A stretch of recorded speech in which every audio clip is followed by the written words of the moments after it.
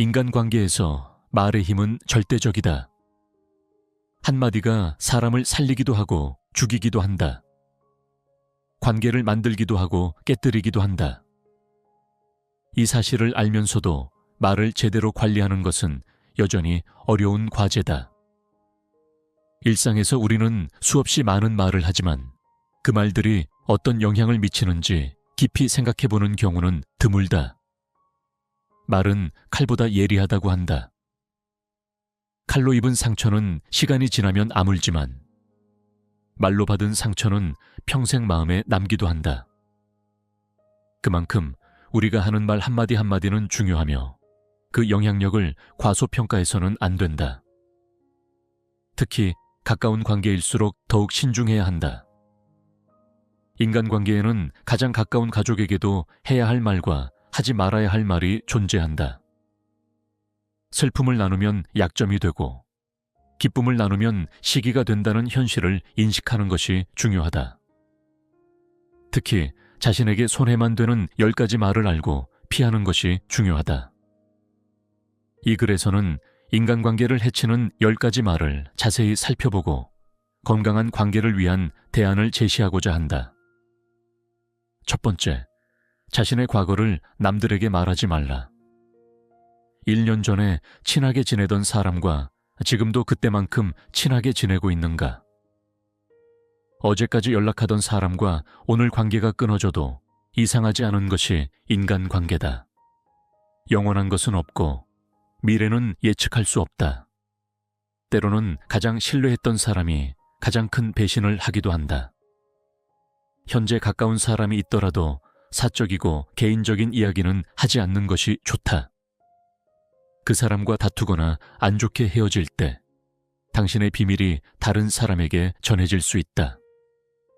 한때는 신뢰해서 털어놓은 속마음이었더라도 관계가 끝난 후에는 그저 술자리 안주가 될 뿐이다.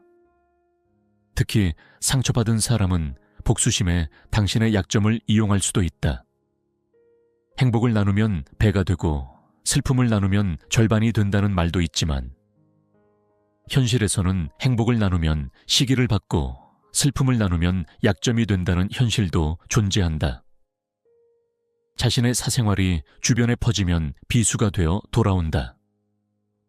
안 좋은 습관이나 불행한 과거사는 타인의 비판과 판단에 노출되지 않도록 조심해야 한다.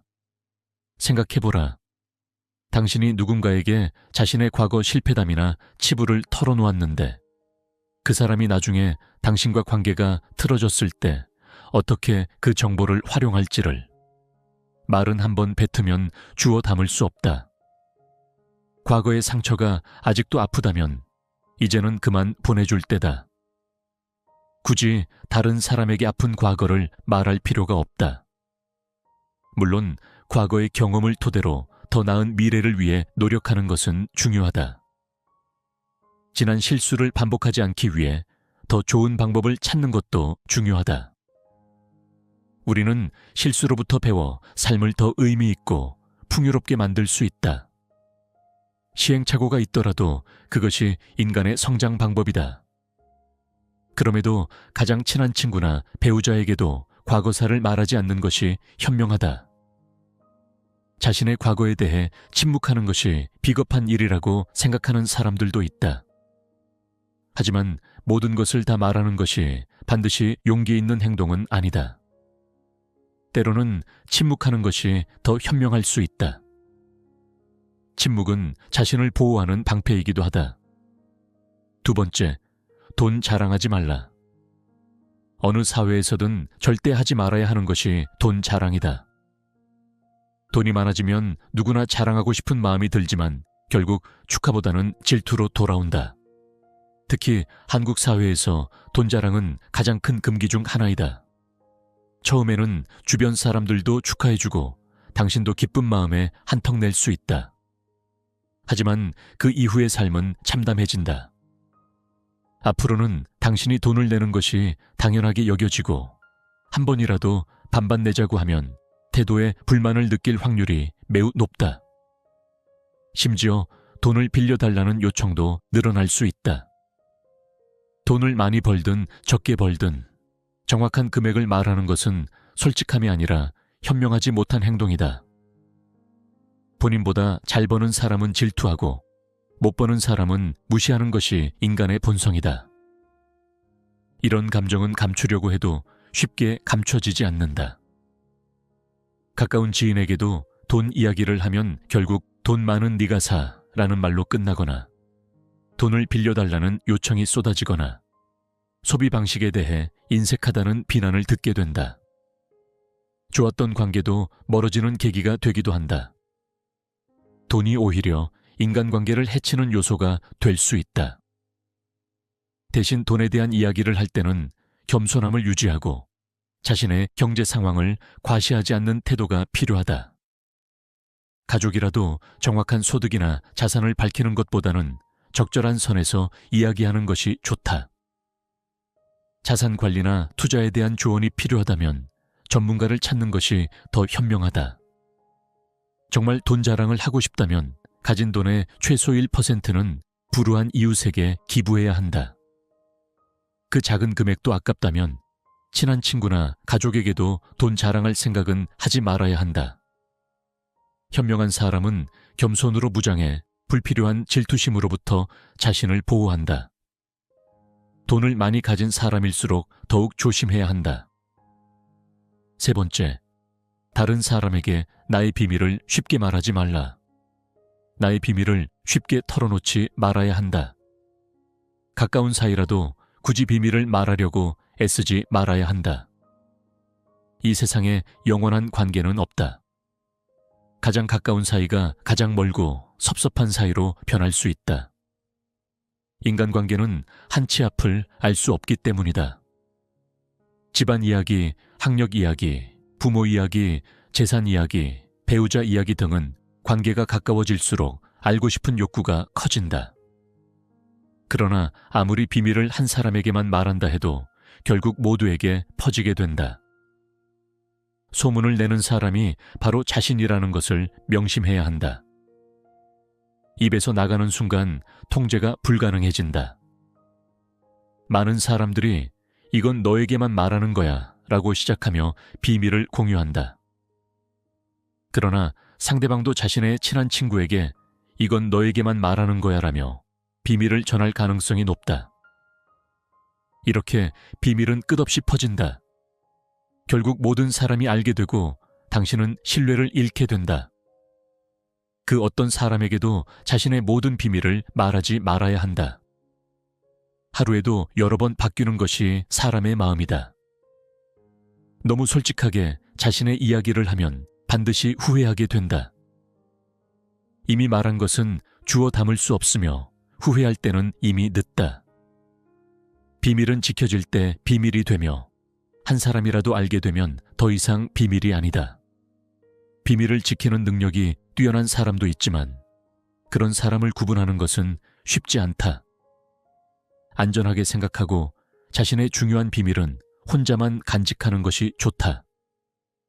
때로는 혼자 알고 있는 비밀이 가장 강력한 무기가 된다. 네 번째, 나의 목표를 말하지 말라. 사공이 많으면 배가 산으로 간다 라는 말은 주변에서 이래라 저래라 간섭하는 사람이 많으면 목표를 이루기 힘들다는 의미다. 대부분 목표를 다른 사람에게 말하면 좋다고 생각하지만 실제로는 그렇지 않을 수 있다.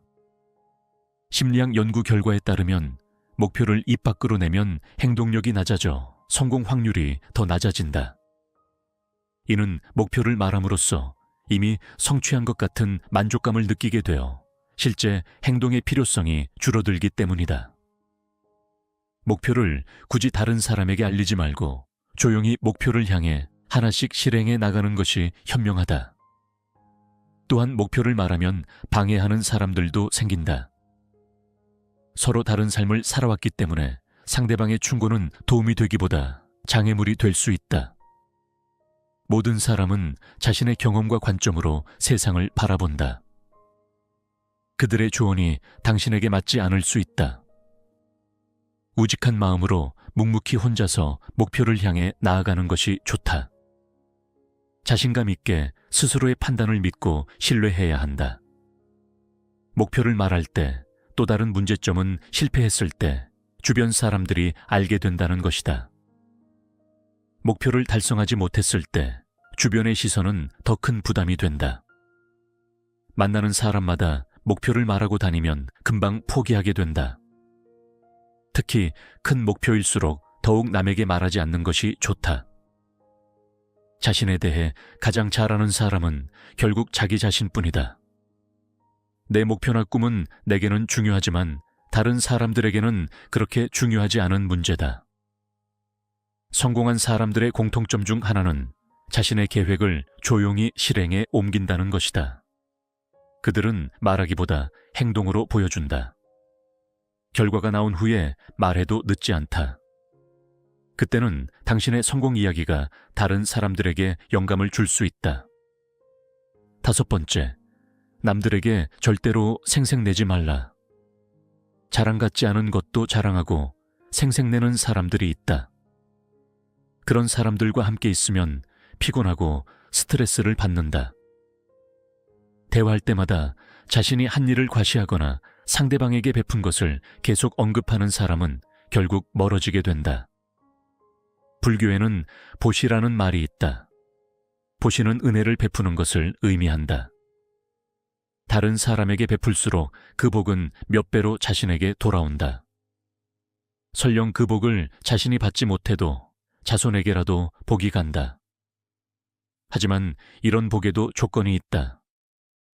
남에게 베풀었다면 생색내지 말고 그 일을 잊어버려야 한다. 진정한 보시는 베푼 다음 그 사실을 잊는 것이다. 친구와 함께 식사를 하다가 친구가 지갑을 놓고 와서 자신이 내야 할 때도 있다. 평소에 친구가 돈을 놓고 온 적이 없었다면 생색내지 말고 그냥 자신이 식사비를 내면 된다. 다음에 만났을 때 지난번에 내가 밥값 냈잖아 라고 말하는 순간 그 행동의 가치는 반감된다. 다른 사람에게 선행을 했더라도 자랑하지 말아야 한다. 선행을 했다면 마음 안에서만 느끼고 굳이 타인에게 밝히지 않아도 된다. 진실한 마음으로 착한 일을 했다면 그것만으로도 충분하다. 선행 후에는 자랑하지 말고 행동의 의미를 느끼며 스스로에게 만족해야 한다. 생색을 내려는 마음은 결국 인정받고 싶은 욕구에서 비롯된다.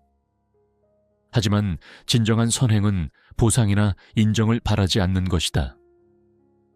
누군가에게 도움을 주었다면 그 사람이 당신에게 감사하는 마음을 갖게 하는 것이 중요하다.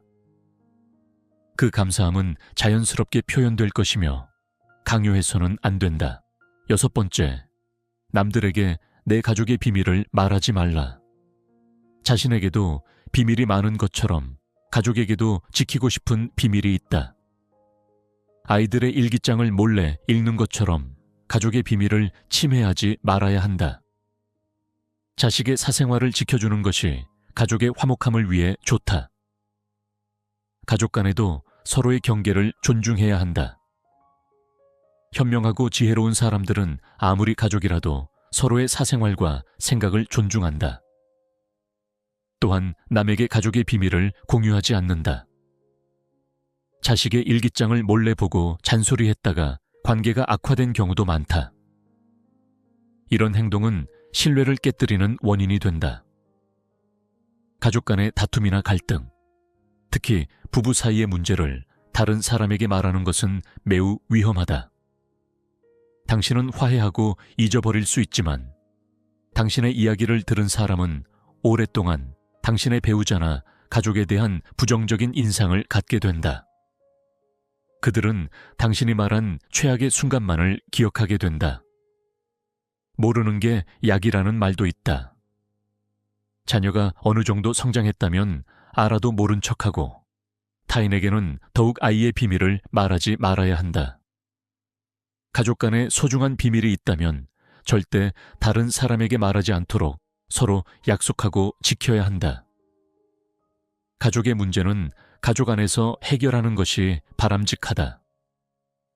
자녀의 성장 과정이나 가족의 어려운 상황을 외부에 공개하면 자녀는 물론 가족 모두가 상처를 받을 수 있다. 가족을 보호한다는 것은 그들의 비밀도 지켜준다는 의미임을 명심해야 한다. 7번째, 나의 치명적인 약점은 절대로 말하지 말라. 나이가 들수록 자신의 약점이나 약한 부분은 남에게 이야기하지 말고 하소연하지 말아야 한다. 다른 사람의 험담도 마찬가지다. 모든 사람은 약점을 가지고 있지만 그것을 공개적으로 드러내는 것은 현명하지 않다. 입이 근질거리고 외롭고 혼자서 견디기 힘들더라도 심호흡을 하며 참는 것이 좋다. 그 시기가 지나가면 괜찮아진다. 참을 때마다 잘 참았다는 생각이 들 것이다. 그리고 그 힘듦을 꼭 이야기하지 않아도 주변에서 알아줄 사람은 알아주고 먼저 다가온다. 진정한 친구는 당신의 상태를 말하지 않아도 알아차린다. 자신의 약점은 타인에게 무기가 될 수 있다. 특히 경쟁 관계에 있는 사람이나 당신을 시기하는 사람에게는 더욱 그렇다. 직장에서 자신의 약점을 동료에게 털어놓았다가 나중에 그것이 상사에게 전해지는 경우도 있다. 그런 상황은 당신의 승진이나 평가에 부정적인 영향을 미칠 수 있다. 이야기하는 것만이 힘듦을 나누는 방법은 아니다. 이야기하지 않아도 충분히 곁을 내어줄 수 있다. 어떤 사람은 속내를 잘 드러내지 않는 것을 싫어할 수 있지만 결국 후회할 것을 알기에 그렇게 하지 않는다. 약점을 드러내지 않는 것은 소통의 부재가 아니라 현명한 선택이다. 자신이 상처받는 것도 싫지만 자신의 말로 남이 상처받는 것은 더 싫다. 의도하지 않아도 남에게 상처를 주는 말은 깊게 찌른다. 우리는 완전하지 않은 인간임을 인정하고 부족함을 받아들이며 다른 사람을 깎아내리지 않도록 노력해야 한다. 선의로 악을 이기는 사람이 되어야 한다. 어차피 인생은 혼자인 듯 외로움에 익숙해지고 자신에게 진정한 친구가 되어주는 것이 중요하다. 인간은 타인의 약점을 통해 위안을 얻고 타인의 불행을 은근히 즐기는 경향이 있다. 이것이 바로 자신의 약점을 드러내지 말아야 하는 이유다. 8번째, 나만의 철학을 남들에게 이야기하지 말라. 모든 사람은 각자의 신념과 철학을 가지고 있다. 100명에게 물어보면 100명 모두 다른 가치관을 갖고 있다. 내 신념이 내게 아무리 좋더라도 다른 사람의 시각에서는 이해할 수 없는 것일 수 있다. 종교, 정치, 교육 등 민감한 주제에 대한 자신만의 확고한 철학을 모든 사람에게 전파하려는 시도는 갈등을 야기할 뿐이다. 내 철학을 남에게 강요하거나 설득하려 하지 말아야 한다. 사람은 쉽게 바뀌지 않는다. 내 마음 하나 바꾸기 어려운데 남들이 내 뜻대로 바뀌기를 기대해서는 안 된다. 각자의 삶에서 얻은 경험과 지혜가 다르기 때문에 서로 다른 생각을 갖는 것은 당연하다. 특히 부모는 자녀에게 자신의 생각을 강요하지 말아야 한다. 청소년기 자녀들은 부모의 말에 반대로 행동하고 반항하는 경우가 많다. 강요해서 잘 풀리는 일은 절대 없다. 자녀를 위해 최선을 다하되 스스로의 철학은 혼자서 소신 있게 지키는 것이 좋다. 자녀들이 자신만의 가치관을 형성할 수 있도록 지원해야 한다. 타인의 의견을 경청하고 존중하는 태도가 중요하다. 다른 사람의 생각을 무시하거나 틀렸다고 단정짓는 순간 관계는 악화된다. 서로 다른 의견을 가질 수 있다는 것을 인정하고 다양성을 존중하는 자세가 필요하다. 때로는 침묵이 많은 것을 말해주기도 한다. 9번째, 친구의 비밀을 말하지 말라. 친구가 분위기 좋을 때 이건 비밀인데 너만 알고 있어 라며 말한 것일수록 남에게 전달하지 말아야 한다. 입을 떠난 말은 더 이상 자신의 것이 아니다. 말은 극비일수록 전파력이 강하다. 비밀을 지키는 것은 신뢰의 기본이다. 간지러운 입 때문에 소중한 사람을 잃을 수 있고 결국 화가 되어 자신에게 돌아온다. 그것이 인간에 대한 예의다. 남들이 자신의 결함을 이야기하는 것을 들어도 절대로 다른 사람에게 옮기지 말아야 한다. 신뢰는 오랜 시간에 걸쳐 쌓이지만 순간적인 실수로 무너질 수 있다. 친구의 비밀을 지키는 것은 인격의 문제다. 당신이 친구의 비밀을 지킬 수 없다면 누구도 당신에게 중요한 이야기를 하지 않을 것이다. 비밀을 지키는 사람은 신뢰할 수 있는 사람이라는 평판을 얻게 된다. 그런 사람에게는 더 많은 사람들이 마음의 문을 열게 된다. 이건 비밀인데 라는 말을 들었다면 그 순간부터 그 정보는 당신만 알고 있어야 한다. 어떤 상황에서도 그 비밀을 누설해서는 안 된다. 친구의 비밀을 지키는 것은 단순한 의무가 아니라 그 관계의 기반을 튼튼하게 만드는 요소다. 사람들은 종종 이건 아무에게도 말하지 않았어. 너만 알고 있어. 라고 말하지만 실제로는 여러 사람에게 같은 말을 하는 경우가 많다. 그러나 진정한 신뢰는 그런 행동에서 오지 않는다. 당신이 비밀을 지키는 사람으로 알려지면 사람들은 당신을 더욱 신뢰하게 된다.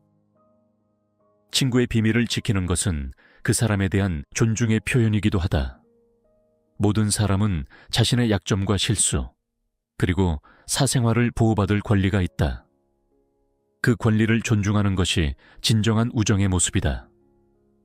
10번째, 나의 재능을 남들에게 섣불리 말하지 말라.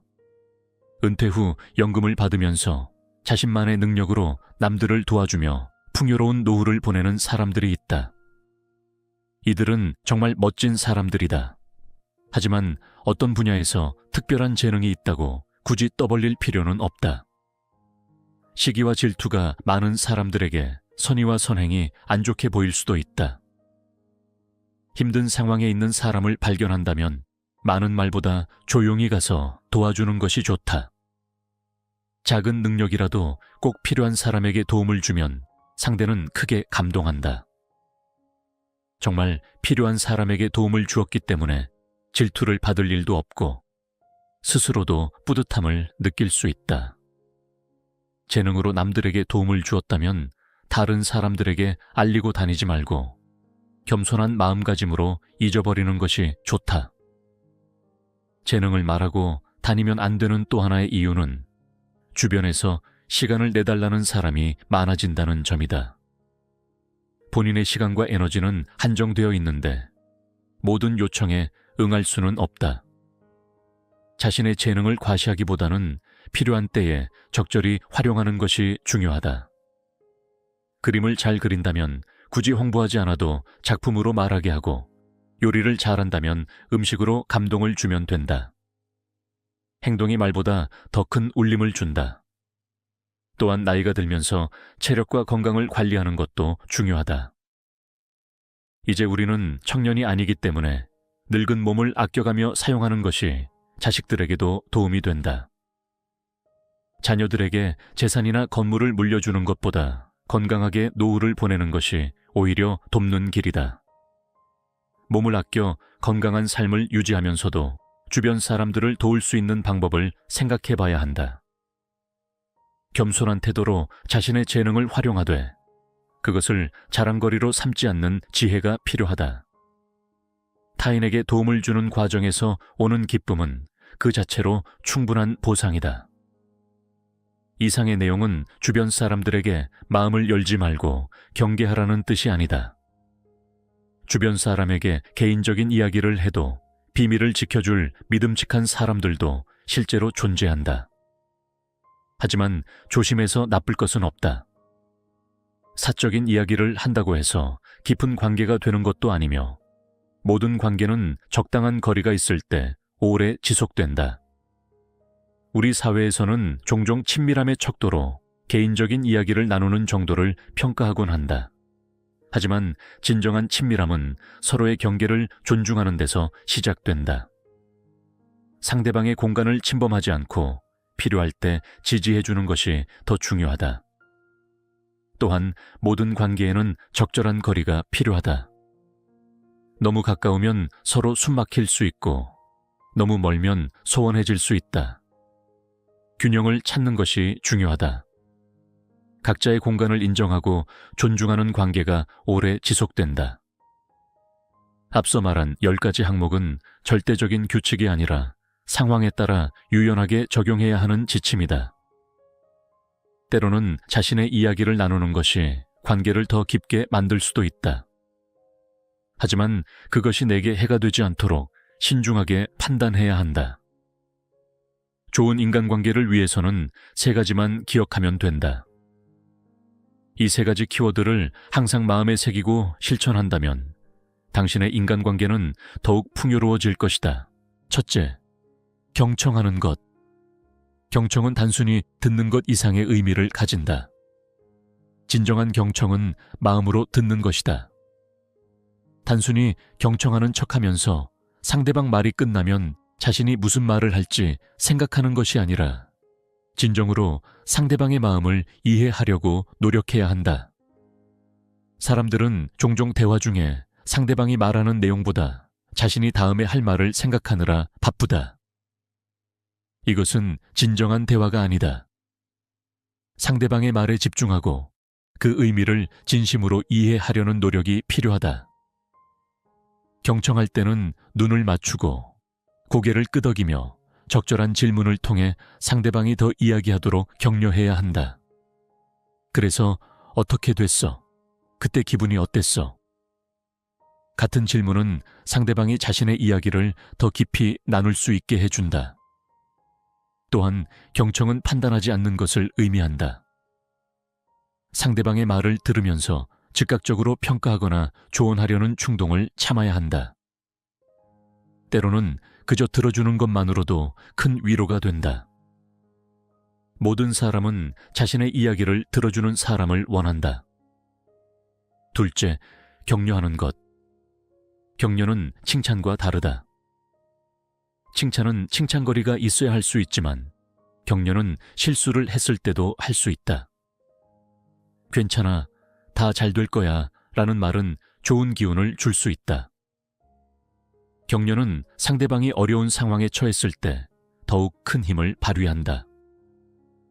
격려는 단순한 위로의 말을 넘어 상대방의 가능성과 잠재력을 믿는다는 메시지를 전달한다. 실패했을 때도 이번에는 안 됐지만 네가 얼마나 열심히 준비했는지 알아. 다음에는 분명히 잘 될 거야 라는 말은 큰 힘이 된다. 격려는 비교하지 않는 것이다. 다른 사람과 비교하며 저 사람도 할 수 있는데 너는 왜 못해? 라고 말하는 것은 격려가 아니라 비난이다. 각자의 속도와 방식이 다르다는 것을 인정하고 그 사람만의 길을 응원해주는 것이 진정한 격려다. 또한 격려는 실패를 두려워하지 않도록 돕는 것이다. 우리는 모두 실수를 통해 배우고 성장한다. 실패를 경험으로 받아들이고 다시 도전할 수 있도록 용기를 주는 것이 격려의 핵심이다. 셋째, 겸손해야 한다. 항상 자신을 낮추고 겸손해져야 한다. 벼도 익을수록 고개를 숙이듯 사람도 나이가 들수록 잘 익어가야 한다.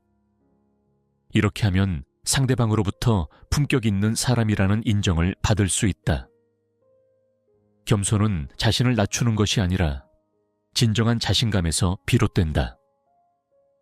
겸손한 사람은 항상 배우려는 자세를 가지고 있다. 모든 사람에게서 배울 점을 찾고 자신의 부족함을 인정하며 계속해서 성장하고자 노력한다. 이런 태도는 주변 사람들에게 존경을 받게 만든다. 또한 겸손은 타인의 성공을 진심으로 축하해 줄 수 있는 능력이다. 자신의 성취만 중요하게 생각하지 않고 다른 사람의 성공을 함께 기뻐할 수 있는 마음이 필요하다. 그러면 더 많은 사람들이 당신을 진정으로 응원하게 될 것이다. 겸손은 자신의 한계를 인정하는 것이기도 하다. 모든 것을 다 알고 있다고 생각하는 순간 더 이상 배움은 없다. 항상 배우고 성장할 준비가 되어 있는 사람이 진정으로 지혜로운 사람이다. 우리는 행복해야 한다. 사람은 행복하고 싶은 만큼 행복해질 수 있다. 행복해지려면 말을 잘해야 한다. 말의 힘은 우리가 생각하는 것보다 훨씬 크다. 우리가 하는 말은 우리 자신뿐만 아니라 주변 사람들의 삶에도 큰 영향을 미친다. 부주의한 말 한마디가 싸움의 불씨가 되고 잔인한 말 한마디가 삶을 파괴한다. 쓰디쓴 말 한마디가 증오의 씨를 뿌리고 무리한 말 한마디가 사랑의 불을 끈다. 그만큼 말은 강력한 힘을 가지고 있다. 반면 은혜로운 말 한마디가 길을 평탄하게 하고 즐거운 말 한마디가 하루를 빛나게 한다. 때에 맞는 말 한마디가 긴장을 풀어주고 사랑의 말 한마디가 축복을 가져온다. 결국 같은 힘을 가진 말이라도 어떻게 사용하느냐에 따라 결과는 크게 달라진다. 우리의 말은 우리의 생각에서 비롯된다. 따라서 말을 아름답게 하기 위해서는 먼저 생각을 아름답게 해야 한다. 말을 아름답게 하는 습관은 세상을 아름답게 보는 시선에서 비롯된다. 긍정적인 시각으로 세상을 바라보면 자연스럽게 긍정적인 말이 나온다. 상대방의 마음에 작은 꽃씨를 심고 그 꽃씨가 크게 자라길 바라기보다 상대방이 힘들 때 마음속에 작게 핀 꽃을 보고 위로와 공감을 얻을 수 있길 바란다. 상대방의 마음에 예쁜 말이라는 작은 꽃씨를 심어주면 상대방도 당신의 마음 꽃밭에 꽃씨들을 기쁜 마음으로 뿌려줄 것이다. 인간관계에서 말의 힘은 양날의 검과 같다. 잘 사용하면 관계를 더욱 단단하게 만들지만 잘못 사용하면 관계를 파괴할 수 있다. 따라서 우리는 항상 말을 신중하게 선택해야 한다. 앞서 언급한 10가지 말하지 말아야 할 것들은 자신을 보호하기 위한 지침이다. 하지만 이것이 모든 사람에게 마음의 벽을 쌓으라는 의미는 아니다. 신뢰할 수 있는 사람들에게는 적절히 마음을 열고 소통하는 것도 중요하다. 인간관계에서 가장 중요한 것은 균형이다. 너무 많이 말하는 것도 너무 적게 말하는 것도 좋지 않다. 상황과 관계의 깊이에 따라 적절히 조절하는 지혜가 필요하다. 말은 한번 입에서 나오면 돌이킬 수 없다. 따라서 말하기 전에 항상 생각해보는 습관이 중요하다. 이 말이 상대방에게 어떤 영향을 미칠까? 이 말이 나중에 내게 해가 될 수 있을까? 등을 고려해야 한다. 마지막으로 가장 중요한 것은 진실된 마음이다. 아무리 좋은 말이라도 진심이 담겨 있지 않으면 상대방은 그것을 느낀다. 반대로 때로는 거칠게 들리는 말이라도 진심 어린 걱정과 애정이 담겨 있다면 상대방은 그 의도를 이해할 수 있다. 인간관계는 평생에 걸친 학습 과정이다. 완벽한 관계는 없지만 서로 이해하고 존중하려는 노력이 있다면 더 나은 관계로 발전할 수 있다. 말의 힘을 이해하고 현명하게 사용한다면 우리의 삶은 더욱 풍요로워질 것이다. 김민호 씨는 70세 생일을 맞아 오랫동안 꿈꿔왔던 유럽 여행을 계획했다. 젊었을 때 여러 나라를 다녔던 그는 이번에도 예전처럼 문제없이 여행을 즐길 수 있을 거라 생각했다. 그러나 출국 후 첫날부터 예상 못한 문제가 발생했다. 긴 비행으로 인해 다리가 부어오르고 극심한 피로를 느끼기 시작했다. 3일째 되던 날, 그는 거리에서 갑자기 균형을 잃고 넘어져 발목을 심하게 다쳤다. 병원을 방문해야 했지만 낯선 곳에서 의료 지원을 받는 것이 쉽지 않았고 비싼 치료비까지 부담해야 했다. 결국 김 씨는 일정을 단축하고 서둘러 귀국해야 했다. 여행 후 몇 주가 지나도록 컨디션이 회복되지 않았고 그는 다음 여행을 신중하게 고민하기 시작했다. 많은 사람이 은퇴 후 여행을 인생의 목표 중 하나로 삼는다. 여행이란 누구에게나 설레는 경험이다. 새로운 풍경, 새로운 문화, 색다른 음식과 사람들. 그 모든 것이 우리의 삶을 더욱 풍요롭게 만들어준다. 하지만 노년기에 접어들면 여행이 젊을 때처럼 가벼운 즐거움만은 아닐 수도 있다. 특히 건강 문제나 체력적 부담, 경제적인 요소까지 고려해야 할 사항이 많아진다.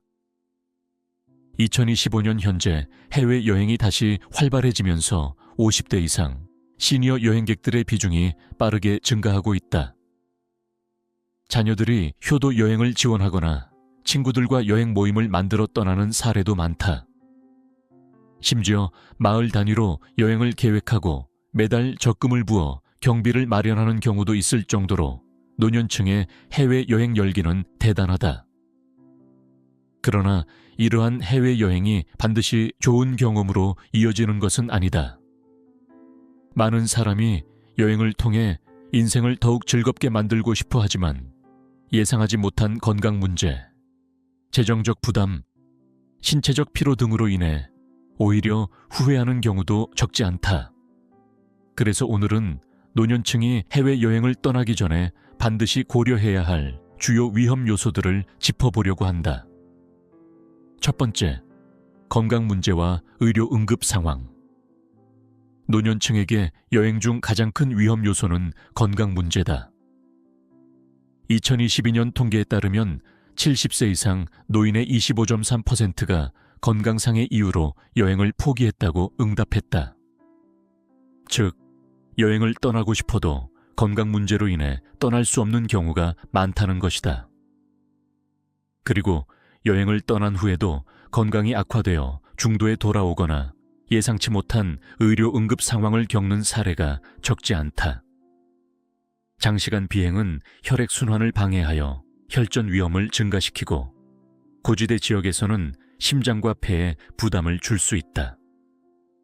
또한 익숙하지 않은 음식과 기후 변화는 면역력이 약한 노년층에게 소화 문제나 감염을 유발할 수 있다. 여행지의 위생 환경이 다를 경우 작은 감기나 배탈도 심각한 문제로 이어질 수 있다. 패키지 여행을 선택할 경우 일정이 매우 빡빡하게 짜여 있는 경우가 많다. 새벽부터 밤늦게까지 관광지를 돌아다니며 한 끼를 간단히 해결하는 일정이 반복되면 체력적 부담이 가중되고 면역력이 약화될 수밖에 없다. 특히 여행 중에는 제때 약을 복용하지 못하는 경우가 많아 기존 지병이 악화되는 사례도 있다. 이러한 문제를 방지하려면 먼저 여행 전에 종합 건강 검진을 받고 의사와 충분히 상담하는 것이 중요하다. 자신의 건강 상태를 객관적으로 점검하고 여행이 가능하더라도 장시간 비행과 기후 변화가 몸에 어떤 영향을 미칠 수 있는지 미리 파악하는 것이 필요하다. 또한 여행 일정이 너무 빡빡하지 않도록 조정하고 하루 일정마다 충분한 휴식 시간을 확보하는 것이 좋다. 장거리 비행을 해야 한다면 중간 경유지를 거쳐 이동하는 방법도 고려해 볼 수 있다.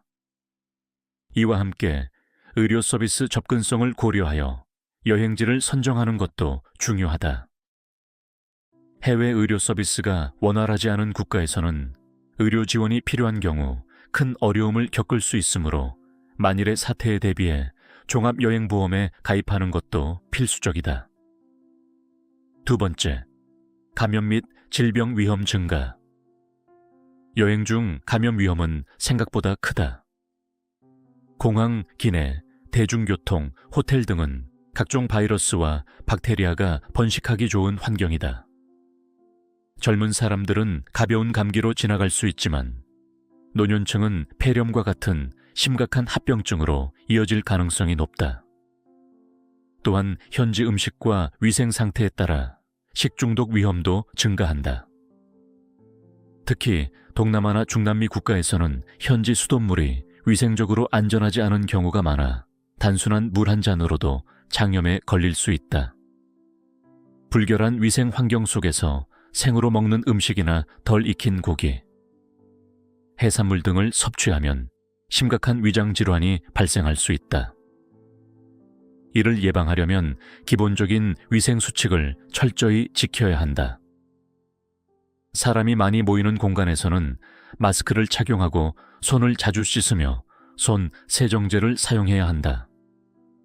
또한 물은 반드시 생수나 정수된 물을 마시고 길거리 음식이나 덜 익힌 음식은 피하는 것이 좋다.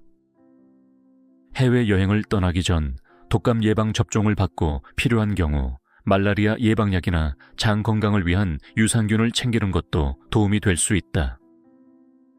여행지에서 병원에 가야 할 상황이 발생할 수 있으므로 해당 국가의 응급 의료 시스템과 연락처를 미리 숙지해 두는 것도 중요하다. 세 번째, 재정적 위험과 여행 비용 부담. 여행은 많은 비용이 드는 활동이며 노년층에게는 재정적으로 큰 부담이 될 수 있다. 2024년 해외여행 비용 통계에 따르면 1인당 평균 여행 경비는 1,705만 8,600원이며 유럽이나 미국을 여행할 경우 1인당 500만 원 이상이 소요될 수도 있다. 더 큰 문제는 예상치 못한 비용이다. 예를 들어 해외에서 갑작스러운 건강 문제로 인해 응급실을 방문하면 의료비가 수백만 원에서 수천만 원까지 청구될 수 있다. 또한 항공권과 호텔을 예약한 후 건강 문제로 인해 여행을 취소하면 높은 위약금을 부담해야 할 수도 있다. 이를 방지하기 위해서는 여행 예산을 철저히 계획하는 것이 중요하다. 출국 전에 예상 경비를 충분히 계산하고 비상금을 따로 준비하는 것이 좋다. 해외에서 의료비를 보장하는 여행자 보험에 반드시 가입하고 신뢰할 수 있는 여행사를 이용해 사전에 예약을 진행하는 것이 안전하다. 특히 지나치게 저렴한 여행 상품은 사기일 가능성이 높으므로 주의해야 한다.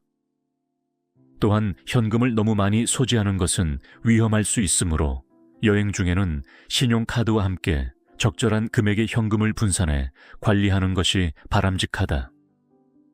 네 번째, 피로와 회복의 어려움. 여행은 예상보다 신체에 큰 부담을 줄 수 있다. 장시간 비행, 공항 이동, 관광 일정 소화 등은 체력적으로 큰 도전이 될 수 있으며 노년층은 젊을 때보다 피로를 회복하는 시간이 훨씬 더 길어지는 경향이 있다.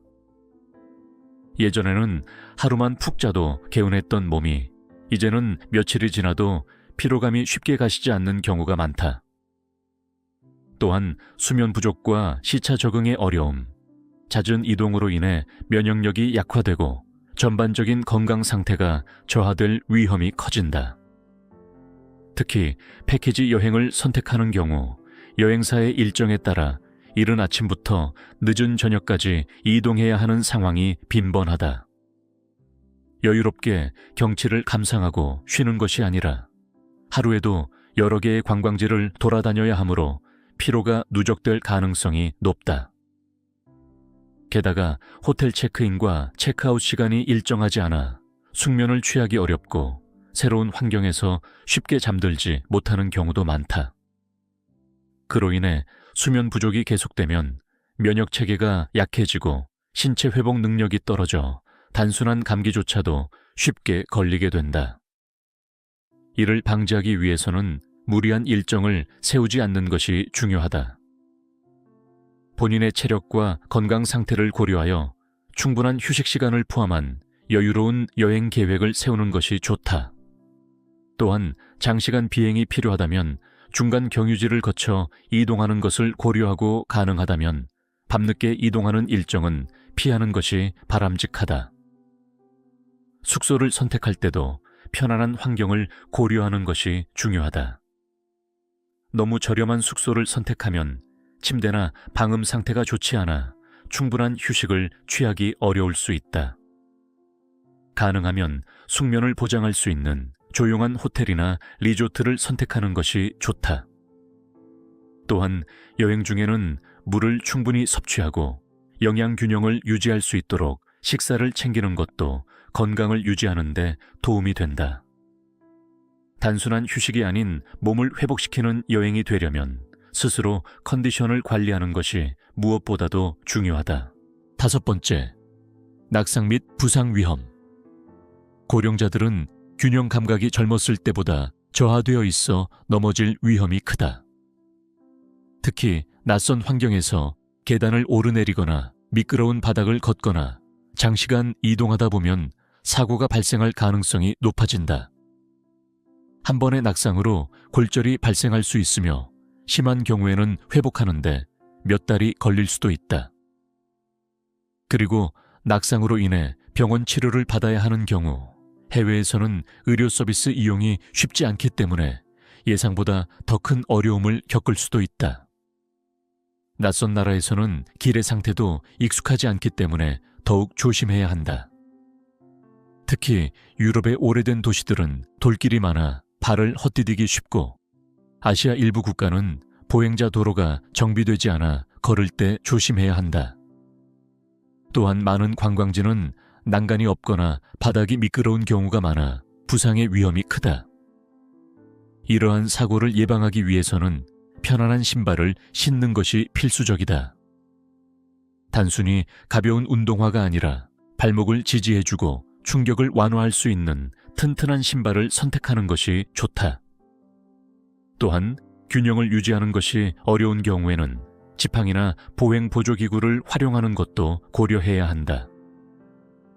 여행 일정 중에는 야간 이동을 피하는 것이 좋다. 어두운 환경에서는 길이 잘 보이지 않아 작은 장애물에도 걸려 넘어질 위험이 크다. 또한 호텔 내에서도 방 안에 불을 약하게 켜두는 것이 좋으며 화장실을 갈 때 미끄러지지 않도록 주의해야 한다. 가능하다면 조명이 확보된 곳에서 활동하고 혼자서 먼 거리를 이동하는 것은 삼가는 것이 안전하다. 6번째, 소통의 어려움과 언어 장벽. 외국에서 나이가 들수록 언어 장벽은 더 큰 스트레스 요인이 될 수 있다.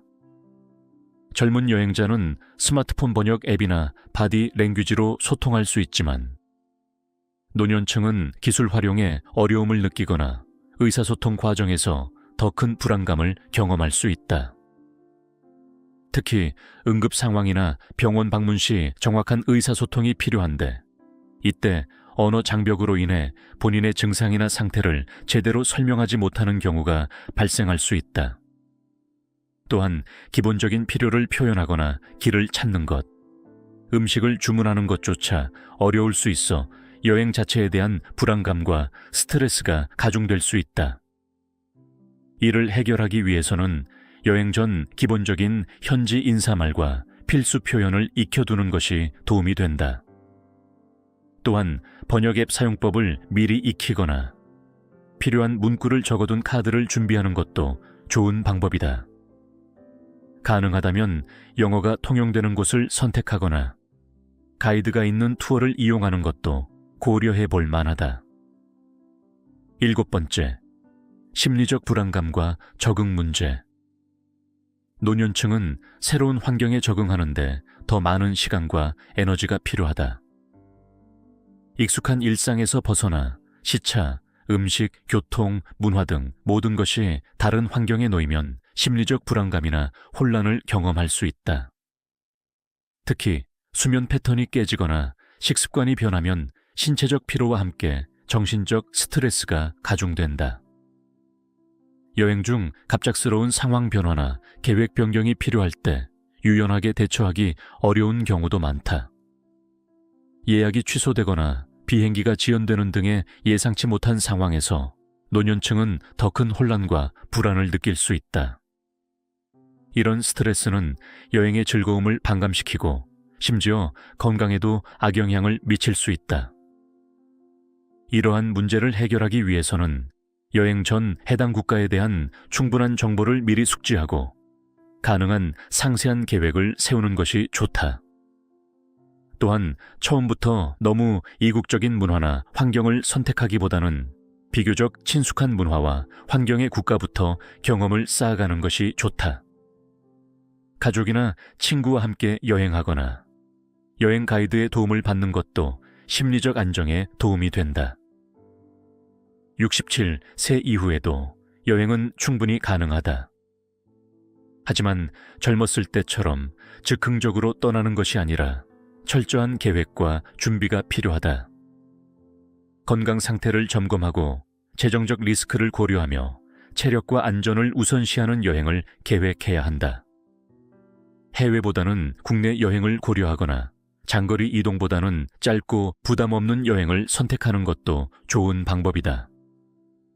또한 의료 접근성이 좋은 지역을 선택하는 것이 만일의 상황에 대비하는 데 도움이 된다. 인생 100세 시대에 은퇴 후 30, 40년의 세월을 어떻게 설계하고 채우느냐에 따라 삶의 질이 크게 달라진다. 노후 준비라고 하면 흔히 경제적 준비만 생각하기 쉽지만 그것이 전부는 아니다. 퇴직 후 중년들이 마주하는 큰 문제는 금전적인 문제뿐만 아니라 지루함과 무의미함이다. 따라서 행복한 노후를 위해서는 경제적 여유뿐만 아니라 건강, 취미, 인간관계, 봉사활동 등 다양한 영역에 관심을 가져야 한다. 균형 잡힌 노후 준비란 돈에만 집중하는 것이 아니라 신체적, 정신적 건강까지 두루 살피는 것이다. 의학학술지에서 노인의 취미활동과 정신질환 간의 관련성을 분석한 연구에 따르면 취미활동을 하는 노인들은 우울 증상이 약 10% 낮았으며 건강한 느낌, 행복감, 삶에 대한 만족도도 높았다. 나라별로 비교해도 취미활동 인구가 많을수록 기대 여명이 길고 국가 행복지수도 높았다. 아무런 취미 생활 없이 노후 생활을 보내면 자존감이 낮아지고 우울증 발병률이 높아지는 악순환을 겪게 된다. 전문가들은 행복한 노후 생활을 위해 돈, 건강, 그리고 취미를 갖출 것을 권장한다. 하지만 취미에 너무 과하게 돈이 들어가면 좋지 않으므로 비용이 적게 들고 오래 꾸준히 할 수 있는 취미를 선택하는 것이 좋다. 또한 자신의 건강 상태를 고려해 적합한 활동을 선택하는 것도 중요하다. 등산보다 산책이 어울리거나 헬스보다 수영이 적합한 경우가 있을 수 있다. 자신의 신체 상태에 맞는 활동을 통해 건강을 유지하고 삶의 질을 높이는 것이 중요하다. 인생 이모작을 위해서는 취미 생활뿐만 아니라 삶의 목표를 설정하는 것도 필요하다. 목표가 있으면 그것을 이루기 위해 노력하는 과정에서 무료함과 무의미함을 극복할 수 있고, 목표를 달성했을 때 성취감과 즐거움을 얻을 수 있다. 거창한 목표가 아니더라도 작은 목표들을 하나씩 이루어가는 과정이 노후 생활의 활력소가 될 수 있다.